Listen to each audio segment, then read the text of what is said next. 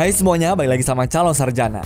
Baru-baru ini guys, berita heboh datang nih dari Nyai Nikita Mirzani yang menyindir seorang public figure. Terus gue juga punya nih berita soal Pak Jokowi yang memarahi para menterinya pada saat sidang paripurna. Selain itu guys, masih ada beberapa topik lainnya yang pastinya itu gak kalah seru. Nah, penasaran kan berita lengkapnya kayak gimana? Ya udah, daripada adu bibir, mending kita bahas itu bir.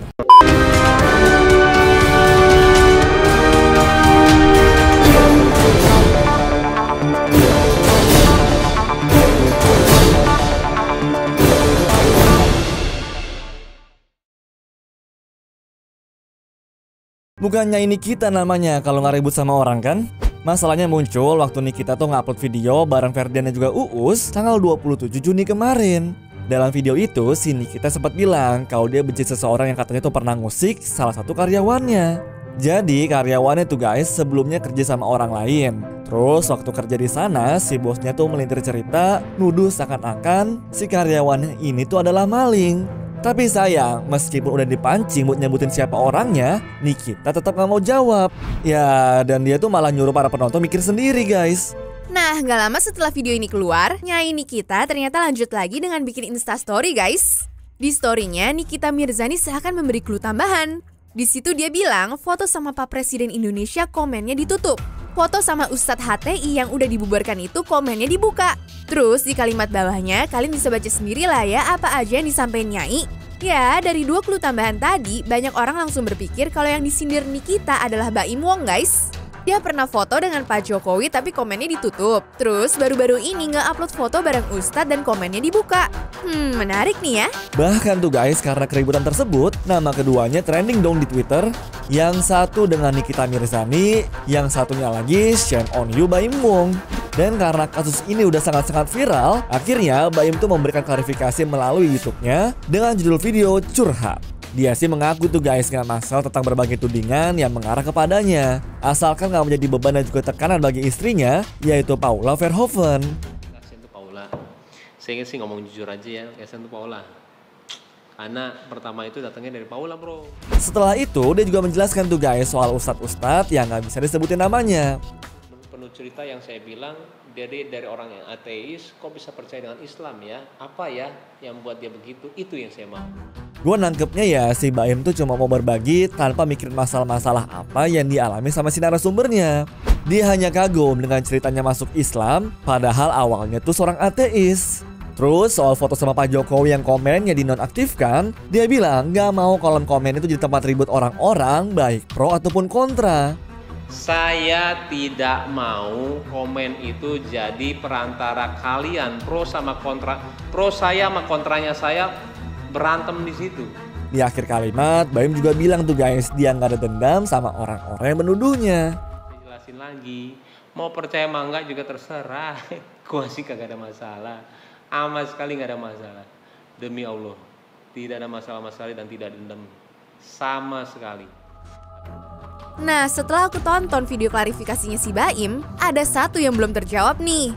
Di sini dia bener-bener gak menyinggung masalah mantan karyawannya yang diomongin Nikita. Aku jadi makin penasaran deh ya sama kelanjutan kasus ini. Tapi karena kita gak tahu pasti masalah sebenarnya gimana, coba buat lebih bijak menanggapinya ya guys. Soalnya kalau kita nuduh dan tak terbukti kebenarannya, bisa-bisa jadi fitnah loh. Setuju gak guys? Sebelumnya kan kita udah sempat nyinggung dikit masalah Pak Jokowi.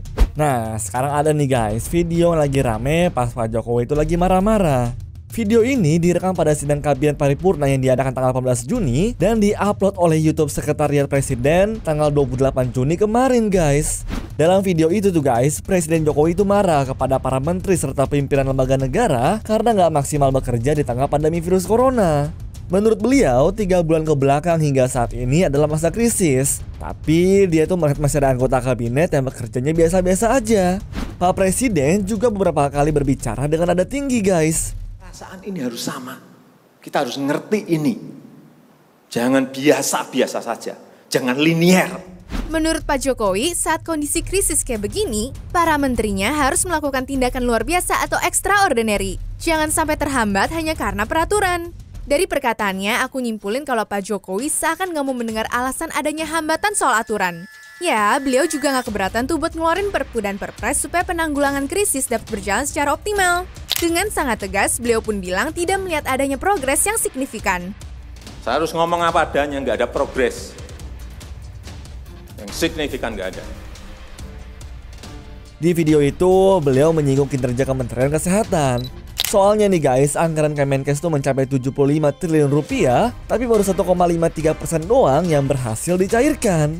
Lalu beliau juga mengingatkan tentang stimulus ekonomi dan berharap bantuan-bantuan segera diberikan kepada sektor mikro, kecil, menengah, hingga industri padat karya agar nggak terjadi krisis lebih besar.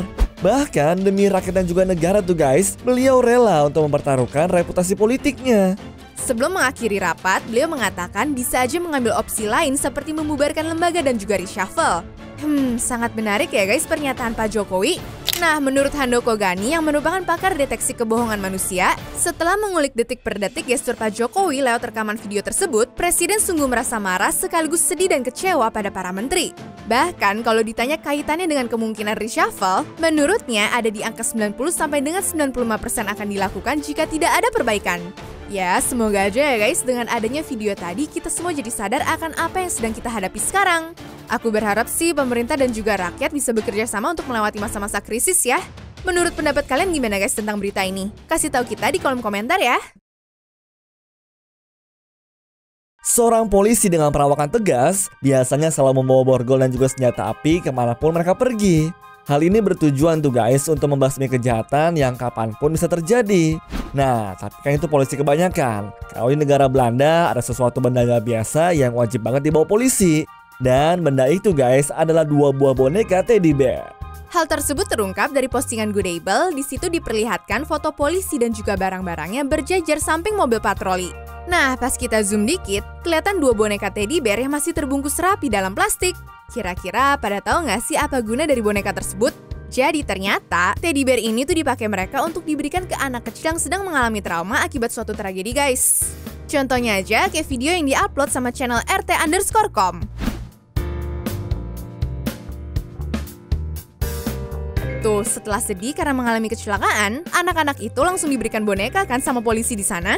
Ya, selain itu, boneka ini juga memiliki kegunaan lain, yaitu menunjukkan kepada anak-anak agar memahami polisi itu ramah dan selalu ada untuk membantu.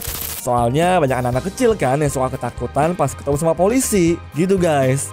Kalau di Indonesia, kira-kira polisinya bawa apa ya? Penasaran deh gue. Salah satu makanan favorit orang Indonesia, apalagi kan guys kalau bukan mie instan. Mau itu yang goreng ataupun kuah, pas sudah nyium aromanya bakalan susah banget deh buat nolak. Nah, setiap orang tuh punya cara berbeda-beda untuk makan mie instannya guys. Ada yang suka makan polosan doang, tapi ada juga yang suka pakai telur, kornet, keju, dan topping-topping lainnya. Kalau kornet, telur, keju dan sebagainya mah udah biasa banget, Neng. Gua nemu orang yang makan mie kuah tuh pakai toppingnya es batu.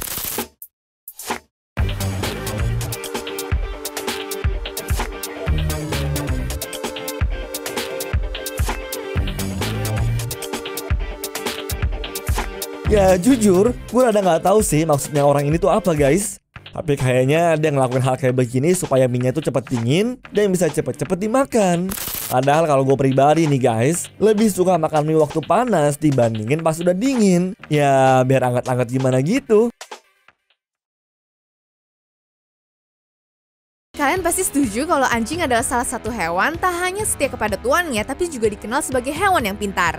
Makanya banyak orang di seluruh dunia memilih anjing untuk dijadikan hewan peliharaan. Dengan kepintarannya ini, kadang kita terkejut bahkan mungkin gak nyangka mereka bisa melakukan sesuatu. Contohnya aja kayak video yang diupload sama pengguna Twitter bernama Tumkeeper. Di sana kita bisa lihat ada seekor anjing berwarna putih berada di dalam kandang guys. Nah, kalian coba tuh lihat kepintaran apa yang dilakukan sama si anjing.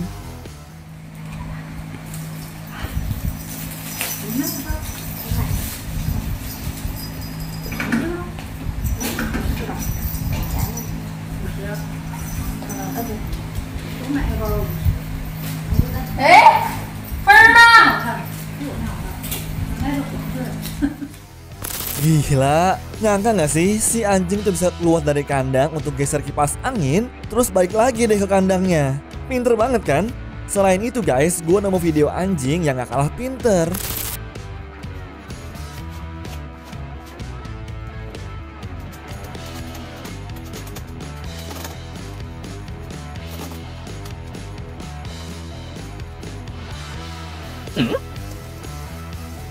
Jujur, pas lihat sekilas, kelihatan mirip ya sama anjing di video sebelumnya.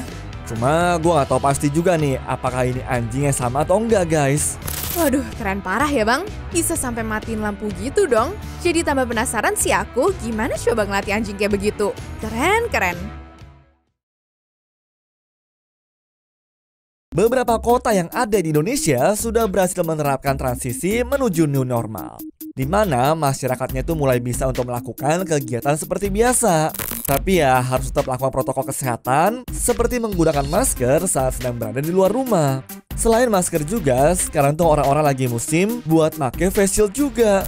Nah, kemarin aku ngeliat ada seorang nenek di pasar yang nggak tahu cara pakai face shield nih. Loh, Kak ngono, Ci.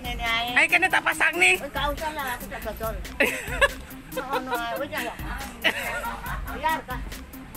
Kelas kae. Wes, Kak. Videonya bisa dibilang lucu sih guys. Cuma kalau cara pakainya begitu nggak berfungsi apa-apa dong face shieldnya. Aku berharap semua pedagang pasar atau siapapun yang datang ke sana selalu pakai alat ini deh ya guys. Soalnya pas sudah dipasarkan orang kadang suka lupa dan tetap dempet-dempetan.